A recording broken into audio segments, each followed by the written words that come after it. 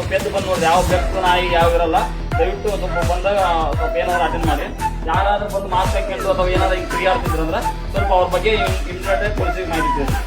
ಮತ್ತೆ ನಮ್ಮ ಊರಿಗೆ ಹೋಗ್ಬೇಕಾದ್ರೆ ದಯವಿಟ್ಟು ಯಾವುದೇ ಕಾರಣಕ್ಕೂ ಯಾರು ಇದನ್ನ ಬಂಗಾರ ಗಿಂಗಾರ ಯಾವ್ದು ಇಟ್ಟು ಹೋಗ್ಬೇಡ ಮನ್ಯಾಗ.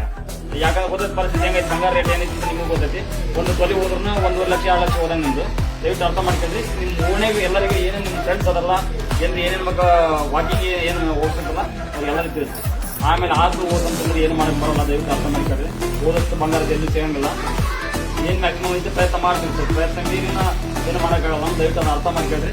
ನಿಮ್ಮ ಏನೇನದ ನಿಮ್ಮ ಮನೆ ಬಂಗಾರ ಹಿಂಗಿದ್ರೆ ನಾಳೆ ಬ್ಯಾಂಕ್ ಲಾಕರ್ ಇಟ್ಟು ಮತ್ತು ಅದನ್ನು ಇದು ಮಾಡಕ್ಕೆ. ಮತ್ತು ಏನು ವಯಸ್ಸಾದ ಹೆಣ್ಮಕ್ಳು ಏನಿಲ್ಲ ವಾಕಿಂಗ್ ಹೋಗುವಾಗ ಬಂಗಾರ ಹಾಕೊಂಡು ಹೋಗ್ಕೋಬೇಡಿ.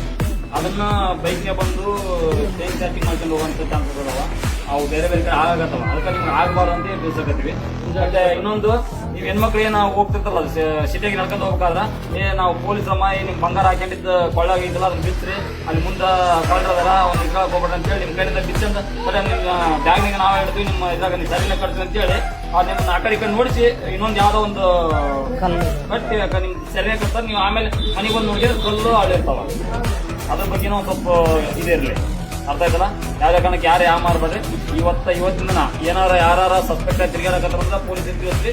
ಯಾವ್ದು ಬಂಗಾರ ಗಿಂಗಾರ ಯಾವ್ದು ಬೆಳ್ಳಿ ದುಡ್ಡು ಗಿಡ್ಡಿ ಏನು ಮನೆಗೆ ಇಡಕ್ ಹೋಗ್ಬೇಡ್ರಿ.